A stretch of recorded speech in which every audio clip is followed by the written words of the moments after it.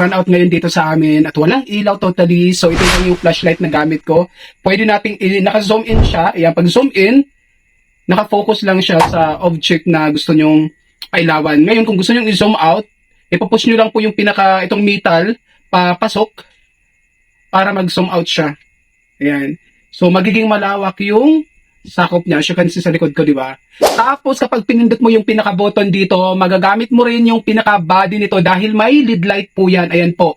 Ito ha, pangalawa. Mag-off muna siya, tapos liliwanag lalo ng todo-todo.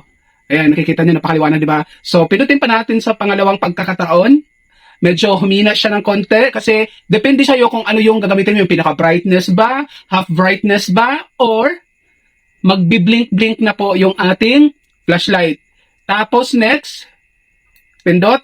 Alright, so ito naman, gagana yung pinaka-flashlight natin, pati yung lead light dito sa pinaka-body, which is medyo maano to sa battery kapag ito yung ginamit.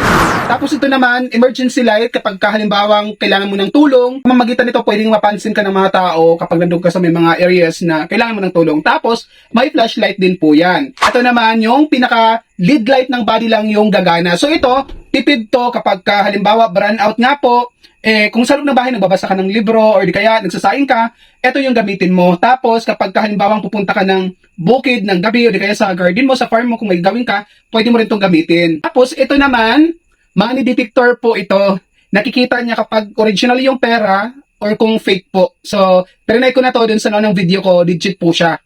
Kaya sa mga ka-shoppers natin siya na kailangan ng flashlight kung kayo ay nagka-camping, kung kayo ay namimingwit, kung kayo ay pumupunta ng bukid ng gabi, or kung brand out nga, lalo na sa mga probinsya, kailangan nyo po ng ganitong rechargeable na flashlight, and then metal po yung ating pinaka dito sa taas. Minsan umiinit po yan dito, and meron po yung pinaka-clip dito para isabit sa ating mga shorts, bewa, and then may kasama niya po siyang lanyard. Kaya naman nilalagay ko yung link shop nito dyan sa yellow basket, or kung nandito kayo sa blue app, nakalagay po dito ay shop now.